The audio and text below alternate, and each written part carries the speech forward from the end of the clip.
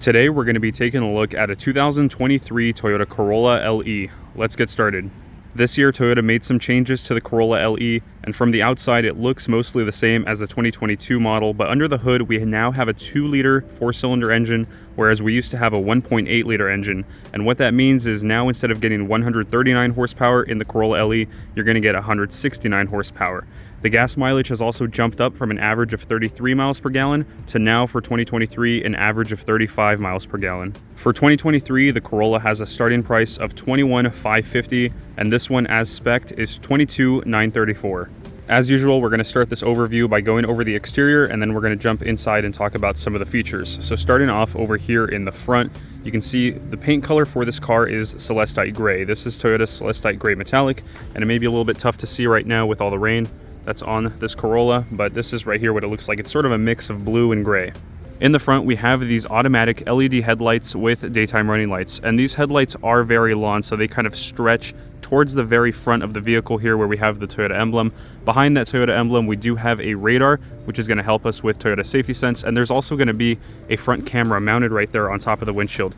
Now this year, Toyota did give the Corolla Toyota Safety Sense 3.0 instead of 2.5, which is just a slightly updated version of their safety tech. Just below the emblem, we have our front grille over here, which has these lines that go across. You can see the grille is open at the very top, and at the bottom, the center portion right here where the front license plate mounts is closed off. And also built into this front grille, we also have our tow hook cover over there. Moving on over to wheels and tires, we have these 16-inch steel wheels with these silver plastic covers on them, and the tire size here is 205/55 R16. Moving on to the side of the car now, we don't have standard blind spot monitors or standard keyless entry. Standard for the Corolla, there is no smart key, so you're still going to have to turn the key by hand to get the car started. If you do want some of these features like blind spot monitors and a smart key system, there are two packages that you can get on a Corolla LE. One is called the Convenience Package and the other is the LE Premium Package. I'll go ahead and throw on the screen what the price is for those packages and what they give you. By the way, if you're enjoying the video so far, please be sure to subscribe to the channel so that we can grow and make more videos like this. The Corolla LE has black plastic trimming going around all of the windows and between the front and rear windows. Moving further back, we have our fuel door over here. Now the Corolla LE does take 87 octane gas, so there is no need to put premium fuel in it. Moving upwards, we have our color matched shark fin antenna mounted just on the top there. And onto the back of the Corolla, we have our tail lights back here, which do have a bit of design right here, this little black plastic piece that connects the two tail lights together. Just above that, there is a Toyota emblem. We also have two other emblems over here, a Corolla and LE badge. Just above the rear license plate, we do have a reverse camera. And further down below, we have these two red reflectors back here, as well as a bit of black plastic over here, a rear tow hook cover, and one little exhaust tip hanging out from the right side. And because this Corolla LE is not equipped with the smart key system, there is going to be no button to release the trunk back here. You are going to have to use the key. The standard key for the Corolla LE is this switchblade style right here. It has a lock, unlock, trunk opening, alarm, and it's a switchblade style so you can turn to start the car. The Corolla does have a large size trunk, and it looks like this one here did come with the rubber mats as well as some more mats for the front of the vehicle. Now underneath the floorboard over here, we also have a spare tire as well as some tools. We're going to go ahead and move on to the interior of the Corolla LE, starting as usual here with the door card. So our door card is a mix of black plastic and black fabric. Just down below that, we have a little bit of storage where you can put a water bottle, and we have one of our 6 interior speakers here. Moving up from that, we have our window switches over here, which are auto up-down on all 4 corners. We have our window lock, lock, unlock, and mirror controls. Our door handle is also just a regular black plastic piece. Moving on to our seats, there is black fabric seats with white accent stitching. Now the top portion over here where your back is going to rest does have this diamond stitching into the seat, and both the driver and passenger seat are not power operated. You have 2 little controls over there, one to control the height of the seat and one to control how much it is reclined. There is no lumbar support. In the front, you also have a little bar that you can push up so you can slide the seat forward and back. On the floor, we have a second release for the trunk, a release for our fuel door, and moving up from that, we have a release for the hood. And further on up from that, we have our brightness control for the center gauge, as well as a on and off button for our automatic high beams. Sitting inside of the Corolla LE now, we have this plastic steering wheel over here, which I'm sure nobody is a big fan of, but it gets the job done. We have some buttons on the steering wheel as well.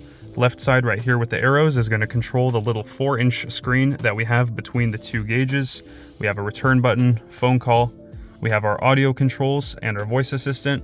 Moving on over to the right side, we have skip track, rewind, audio mode switching, as well as our safety sense controls. Behind the steering wheel to the left, we have our light controls, and as mentioned earlier, these are automatic headlights. To the right side, we have our wiper controls. And just down below the steering wheel, we also have a release over here so that you can adjust this steering wheel. You can bring it closer to you or move it up and down. For the 2023 model year, Toyota did move this little 4-inch multi-information display from the right side to the center. Let's go ahead and turn on the Corolla LE now and see what it looks like.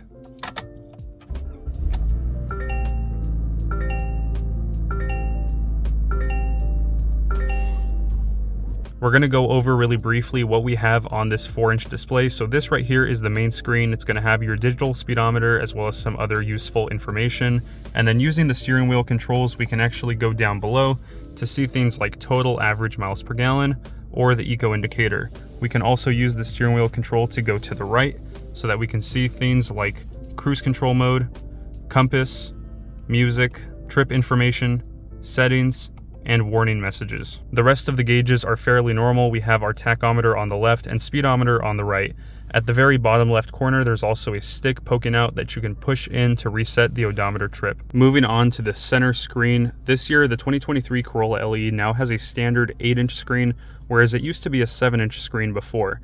And this screen does have Toyota's new audio and multimedia system, so once we get this loaded up, we can use wireless Apple CarPlay, wireless Android Auto. This is that new software that Toyota has that has over-the-air updates and Google integration built into it.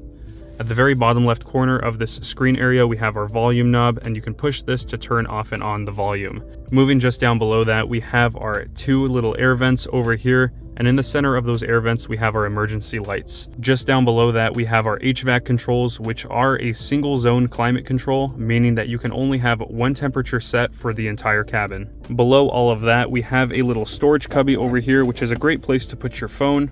To the right side of that, there is a USB-C port, so for those that still want to connect and don't want to use all of the wireless features, you can still connect or just charge your devices over there. Further below that, we have a button to turn off traction control, a pretty standard looking shifter, and then beside that we have 2 cup holders as well as a electronic parking brake and a brake hold feature.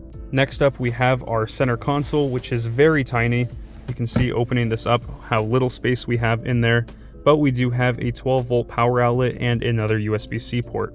Moving on over to the passenger side, the door card is basically the same without all of the window controls and mirror controls that the driver's side has, but we have another one of those 6 speakers over here and the same set of water bottle storage. Over here, sitting in the passenger seat, there is a little bit of cool design. We have this kind of line that goes across right here, separating these 2 plastic pieces, and then running behind the screen, there is a little piece of this silver that goes all the way to the end and then wraps around the vent. Moving down below to our glove box, the glove box is a fairly average size for the size of this car. Moving upwards, we have a very standard rear view mirror over here, which you have to manually dim yourself. It is not an auto dimming mirror, nor does it have any home link controls, so you can't connect your garage remotes to this mirror and then just open your garages or gates with a push of a button. That doesn't exist here on this mirror. Moving up from that, we have some of our little light controls over here, as well as an emergency SOS button. And then onto our visors, we do have a little mirror over here, which does not have a light when you open the mirror up. It's just a little mirror. The visor can be moved around like this, and it does also have a little bit of plastic covering over here if you need that extra coverage, but the entire visor itself does not extend out. Next, let's go ahead and jump into the rear seats. So starting over here with the door card, it's a very similar style to what we see in the front, but with a lot less storage. So we have a very tiny little pocket over here and a very tiny amount of storage down right there. Now let's step inside the back row over here, and you can get an idea of how much space we have. I went ahead and slid the seat in the front all the way forward, which gives me a lot of legroom. And I also slid the passenger seat back as much as it goes. So you can see if you have a larger person in the front, just how little space you're going to have in the back of the Corolla. We also have 2 USB-C ports in the back here for the passengers sitting. And for those that are thinking that there are no air vent cutouts over here, there is airflow that comes in from under the seat using those 2 plastic pipes right there. There is also no storage pockets behind the driver or passenger seat. And then moving on to these back chairs, you can see we do have some child seat latch anchor points. And we do also have this little area over here where if you have nobody sitting in the center seat, you have these cup holders as well as an armrest. Behind the rear seats, we have these 3 anchor points for child seats, and you can also push down right here on these little buttons to fold down these second row seats. That's going to do it for this overview of the 2023 Toyota Corolla LE. If you guys enjoyed this video, please give it a like and consider subscribing to the channel to help us grow and make more videos like this. Thanks for watching again, and I'll see you next week.